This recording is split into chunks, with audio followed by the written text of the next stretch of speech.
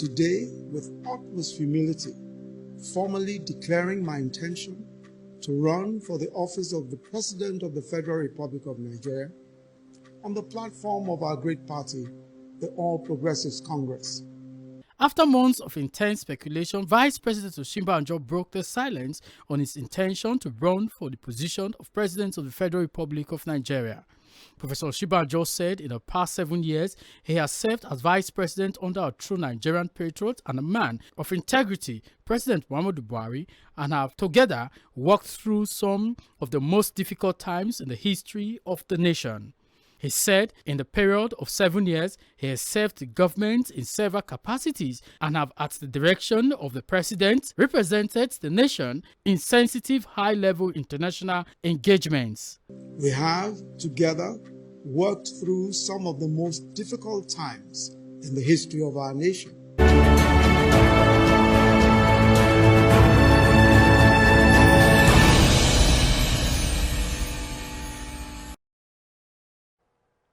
You're still watching iBrand Daybreak. We apologize for the breaking transmission. Now we still have Martins Lombard joining us. And Martins, before the break, we were talking about, I asked a question about the Tinubu and the fact that is it about who would get a shot at the presidency, and also, or who is competent enough to handle that position?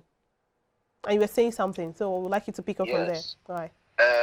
What you had asked me had to do with his ambition, or whether lifelong somebody's ambition relative to the desires of the masses and the competence or pedigree of the individual, which should be our option, our best bet.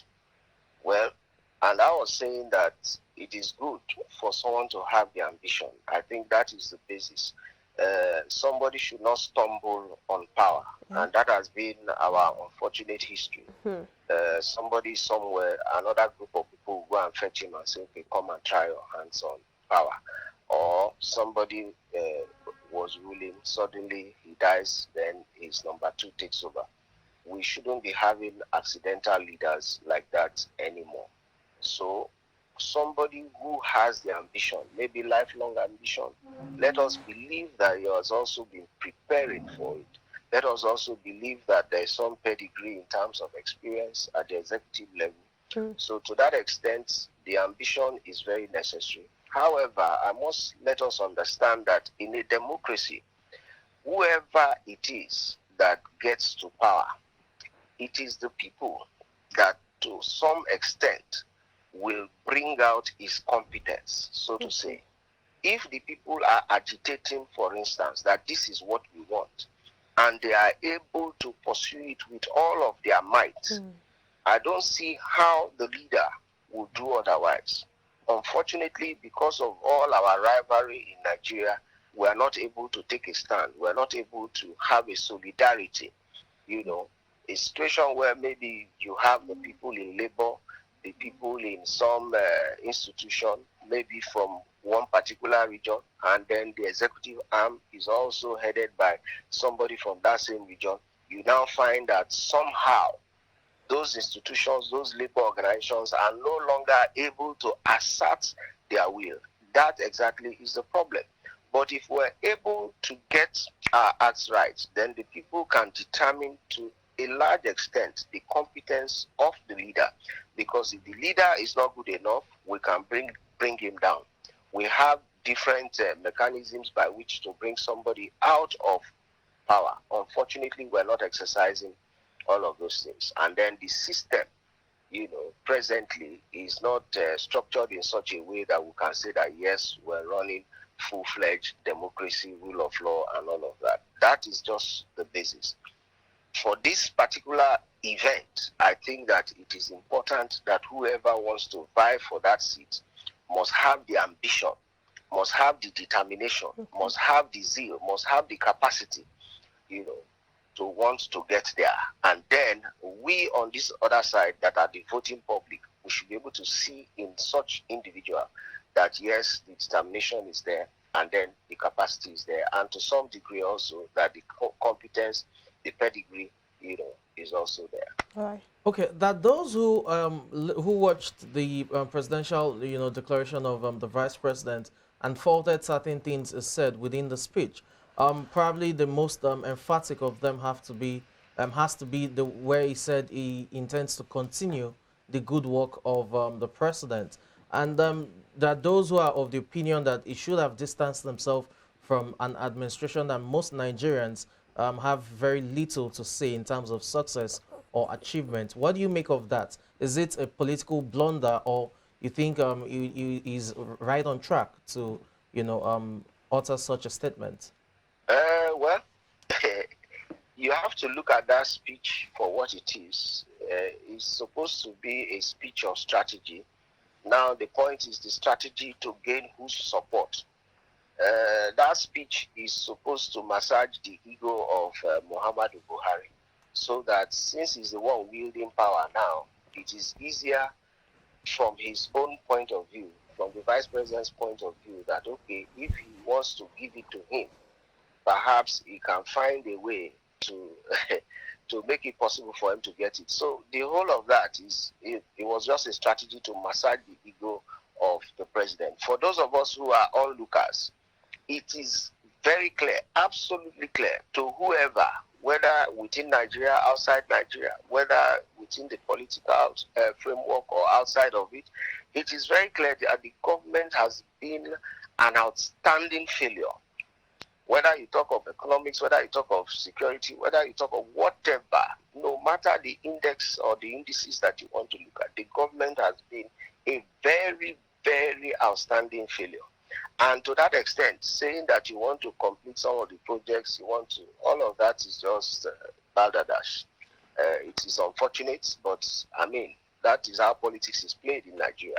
You have to massage the ego of the person that is there, and from there, So how much of a strategy would that be if, as you've said, and majority of Nigerians think that this administration has failed in virtually every facet of the polity. How much of a strategy would that be for the vice president in terms of helping him to gain the support of Nigerians, especially if not just, especially the primaries, if he gets to even win the ticket?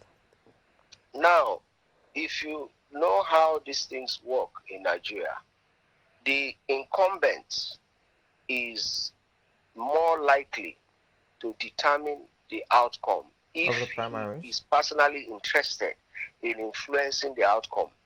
The 2019 elections, look at how the whole thing played out. It is, to me, very clear that certain manipulations happened, because already from the first term of this present administration, it was clear that they didn't have the capacity, they were not prepared, they were just a gang of usurpers of power. Yes. And when they finally got the power, they didn't really know what to do with it. Wasted our time, wasted all of our efforts, all of our resources. And today, look at where we are. So to that extent, the president being the incumbent president, he can manipulate the system to favor whoever he wants to favor, especially because the electorate, we don't have one voice, we're not determined, we're not organized, we don't have, there's really nothing binding us to say that we are pursuing a common purpose. If, for instance, Southerners say we no go agree, Northerners will say, no, is it because our brother is there, we will agree. Such a thing, there is nothing. So to that extent, the president can determine a lot. And so Osinbajo's strategy is not altogether a foolish strategy. It's just that it is perhaps unfortunate for us. He should be speaking to us about his own ambition, the direction that he wants to take us to, and leave all of these failures that we can all see very clearly. Yeah, I think he did, because listening to his speech where he made that yesterday, we saw him, or we heard him say that he's been to virtually all the local governments in the state. He's visited the brothers and sisters in the IDP camp, visited the gallant soldiers in the northeast, visited the oil producing state, visited in the agricultural sector and all of that. And one of the outstanding things that, of course, many Nigerians or most Nigerians have said that he mentioned that is different from the normal manifesto we've always listened to from someone who wants to declare whether the presidential seat or the seat for the governorship in any state. What what stood out for me was when he mentioned tech. We know that tech now is the future of the world. The world is going, tech has taken over every facet of the world. Now, he mentioned how he intends to push tech, especially in the area of the youth, how to push people into tech and how to push tech forward to make sure that Nigeria becomes a technical space in itself. I think that's one thing that stood out for him, that's different, according to what reactions gotten, that's different from what has been said generally. So reacting to that, you mentioned that he should be more bothered about telling us what he would do, but then he also has also has to be loyal to his principle. That's where he mentioned the fact that he wants to continue with the good work. But the fact that he mentioned some certain things, do you think he still stands a chance, of course, with the hearts of Nigerians? Quickly, just as we wrap up, sir. You said he traveled, he has visited so many places. That's what he said. In whose name? Not in his name, but in the name of the government that he represents, in the name of the president. It's just like saying that a housekeeper or a house help, a nanny or an omodo has traveled the world with the very wealthy people that he or she is working for. That doesn't mean that the nanny is having any advantage over somebody that went to school and what have you. So that is more or less pointless, that he has visited every part of Nigeria. In whose name? Not in his name, not in anything, but in the name of his principal. So that takes care of that. Then as per the technology and what have you, we already have Ministry of Science and Technology in this present administration. It's been there for ages. What have they been able to do? The minister said the other time that we are going to produce pencils. Here we are. So to that extent, it's all talk. It's neither here nor there. Unfortunately, that's my opinion. It's neither here nor there. All right, thank you so much. I don't see anything concrete that has come out of that speech. Thank you. For the want of time, we may not be able to allow you exhaust all you have to say today, but we hope to have more of you in our segments. Thank you, Martin Slumber. My pleasure. All right. That was Martin Slumber, public affairs analyst that joined us via audio call. We'll take a short break now. Do not forget, the show continues with more interesting conversations after the break. Stay with us.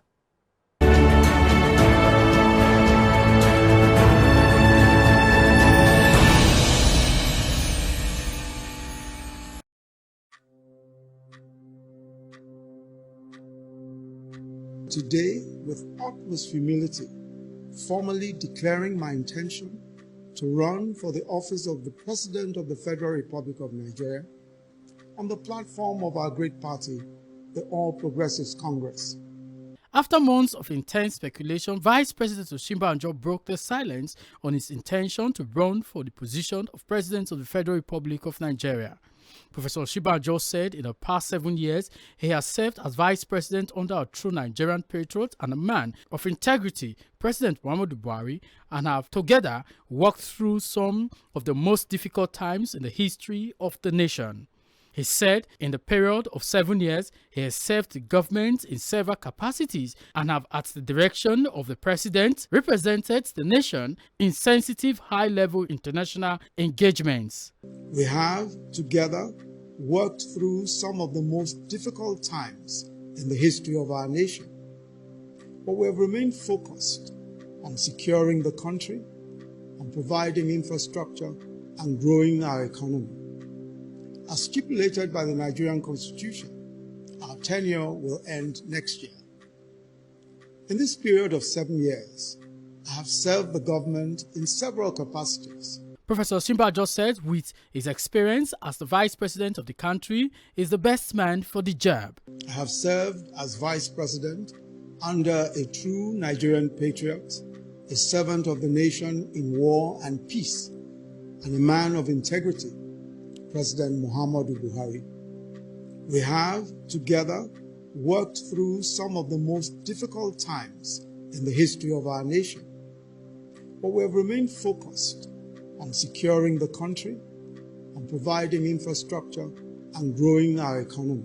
Vice President Osinbajo is a senior advocate of Nigeria and a former lecturer at the University of Lagos. He is also a senior pastor with the Redeemed Christian Church of God. I, Boji Warrior, reporting for iBrandTV News.